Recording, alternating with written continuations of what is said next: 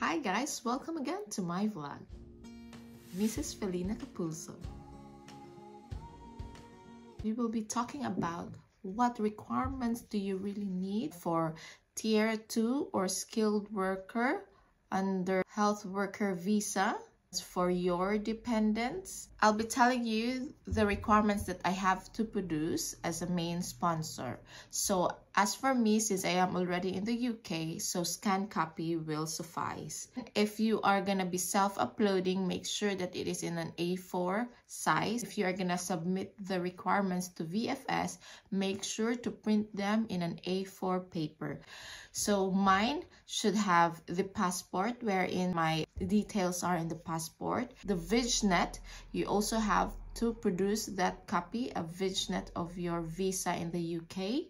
Your BRP ID, front and back copy. Your certificate of sponsorship. This is the copy wherein the employer gave you before you have applied your visa to the UK. So certificate of sponsorship or COS. Birth certificate. Next would be marriage certificate. So these are just my requirements that I have to produce, each set for each of my dependent. Okay, do you understand? You should not just submit it to your husband and the child doesn't have this copy. No, each set of these main applicant requirements or papers should be in each of your dependent. So take note of that. And then for your partner or your husband, what are the requirements? Dependent requirements should be in original form as well. You should have a copy of the original forms of this. So this would be his passport.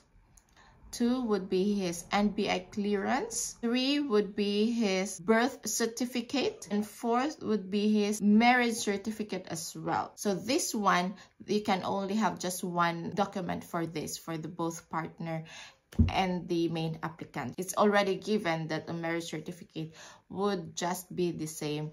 One marriage certificate for those is enough already. Of course, don't forget the original copy of the TB IOM certificate. These are just the basic ones that I'm gonna tell you, but I will discuss to you what are the additional requirements that you may or may not submit. It's up to you.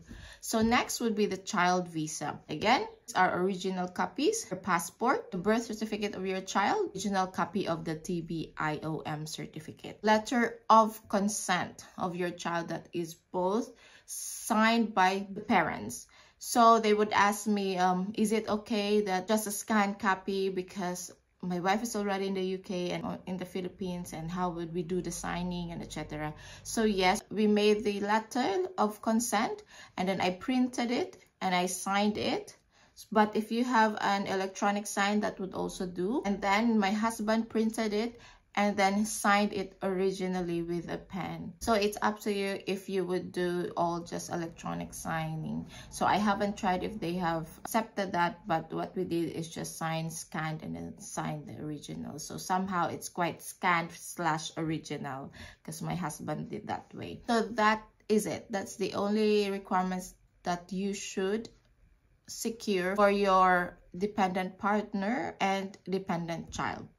But they would always say, how about bank statements, pay slips, etc. I just submitted an additional paperwork, which is my certificate of employment that states that I am hired as a band 5, this is my salary, and my contract will last until this and that.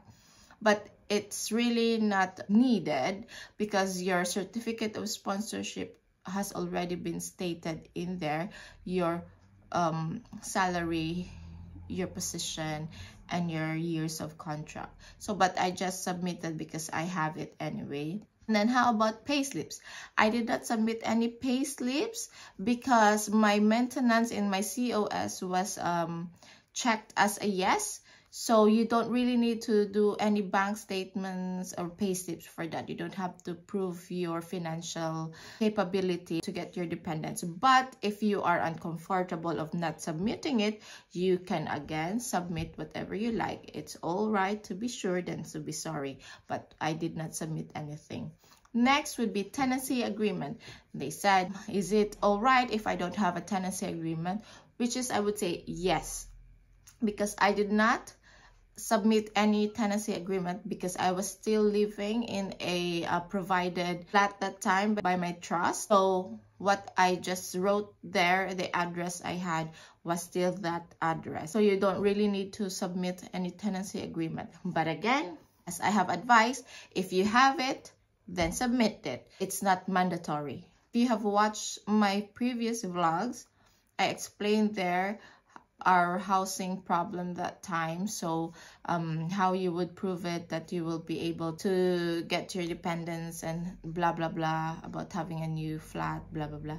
It's all in there, so just find my vlogs, previous ones, for that, and it is detailed explanation for that if you need one.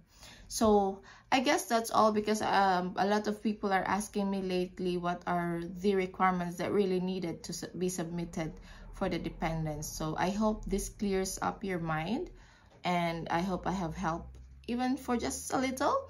Thank you so much for watching my vlogs. Don't forget to like, share, and subscribe. Thank you so much. This is again Mrs. Felina Capulso, trying to pay it forward.